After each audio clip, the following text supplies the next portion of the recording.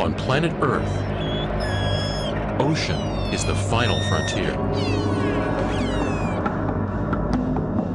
Teeming with life we're only just beginning to understand.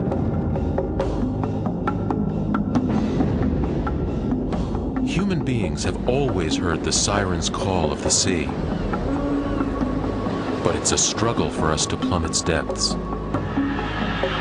In the ocean, we are truly out of our element. And there are many reasons for us to keep our distance. But this man may have found a way to get close, very close, to one of the most elusive denizens of the deep.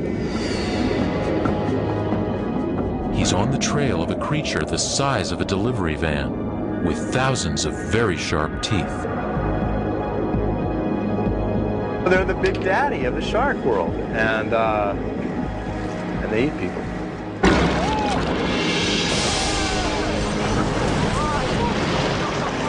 The great white is notoriously hard to get close to.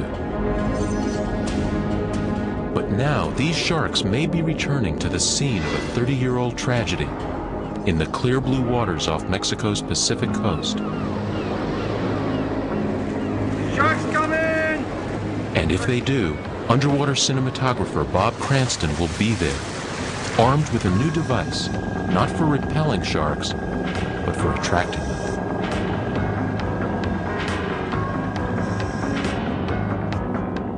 Once they arrive, Bob isn't going to let anything get in the way of his camera, not even a cage.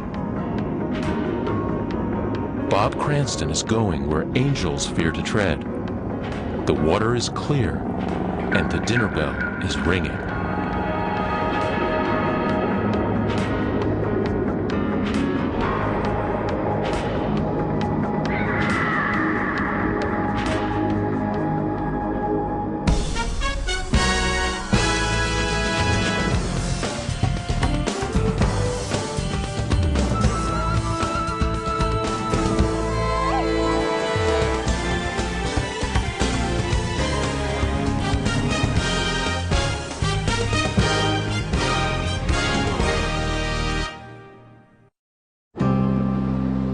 It is a lonely mass of rock rising from the vast Pacific Ocean.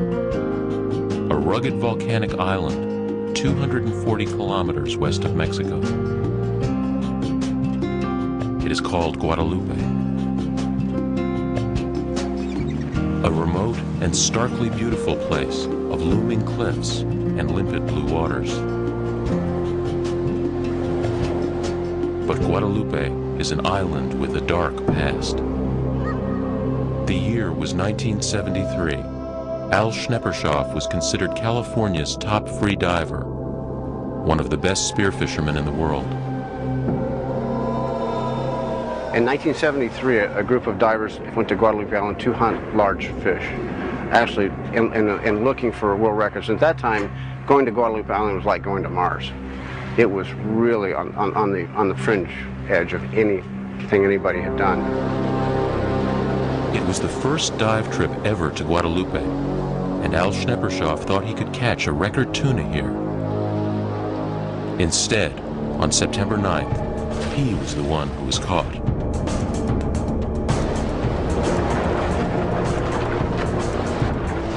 A great white came out of nowhere and bit through Al's femoral artery. He was hundreds of kilometers from any medical facility. Al bled to death before his friends could get him to the mainland.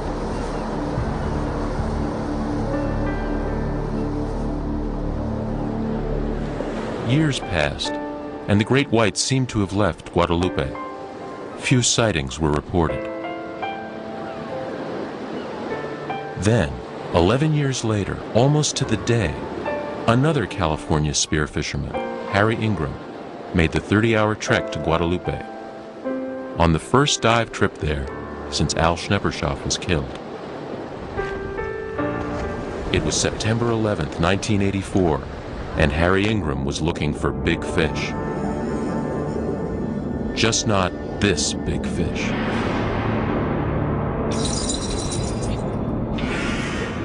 and I looked off down to my right, and I saw a shimmer, like a midwater reef, only it had a big black eye and a big mouth. And it was a large white shark coming up on its left side, looking up at me with its right eye. And the animal was 30 foot away and on top of me in less than half a second. And when the animal charged, I pulled the trigger on the spear gun, and I thought, the arrow went out in slow motion. I thought, you shot too soon. The shark ran into the gun.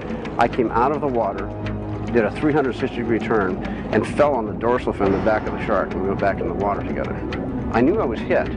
I was sure I was hit. I didn't know how severely. And the only thing that hurt was my right arm. And I couldn't look, so I felt over, and I pulled my right arm up, and it was there. And I looked down, and I wasn't bleeding.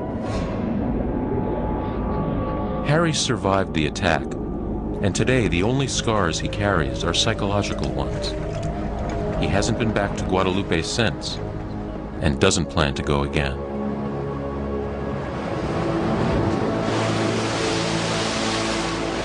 Years passed again, and the memory of these attacks began to fade.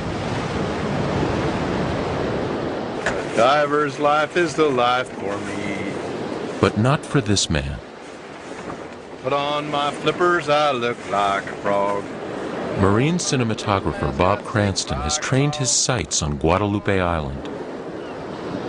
Al Schneppershoff was one of Bob's early mentors, the man who more than any other inspired him to make the ocean a way of life. Bob is all too aware of what happened to Al in 1973, and what could happen to anyone who enters the ocean off Guadalupe.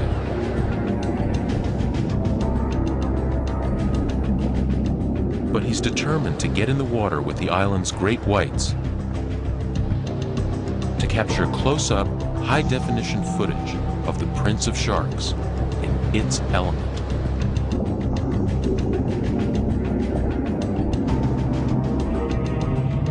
Because after 20 years in which there have been only sporadic great white sightings, fishermen are starting to report that the sharks are back. And with a lifespan of up to 25 years, the great white that attacked Harry Ingram could very well be there too.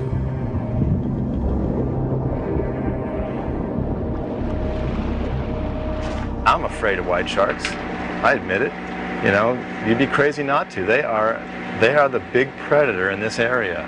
And I'm not going to jump in the water and swim around here on the surface acting like a seal. An award-winning cameraman, Bob is no stranger to the perils of the deep. He's been filming the underwater realm for 20 years, getting within arm's reach of some of the ocean's most terrifying creatures. Bob Cranston, he's a marvelous diver. They're very daring and knowledgeable. Oceanographer in the broadest sense of the word.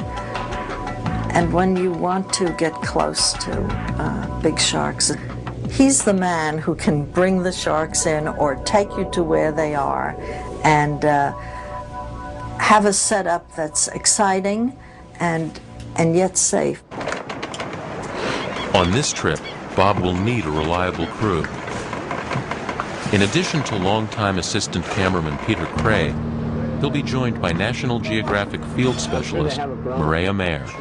I don't know how I'm going to react. I mean, it seems like it's going to be really scary and intense, and probably a chance of a lifetime to get that close to a great white shark.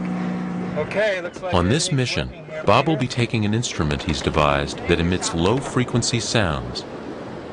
The kind of sounds sharks hear as dinner calling.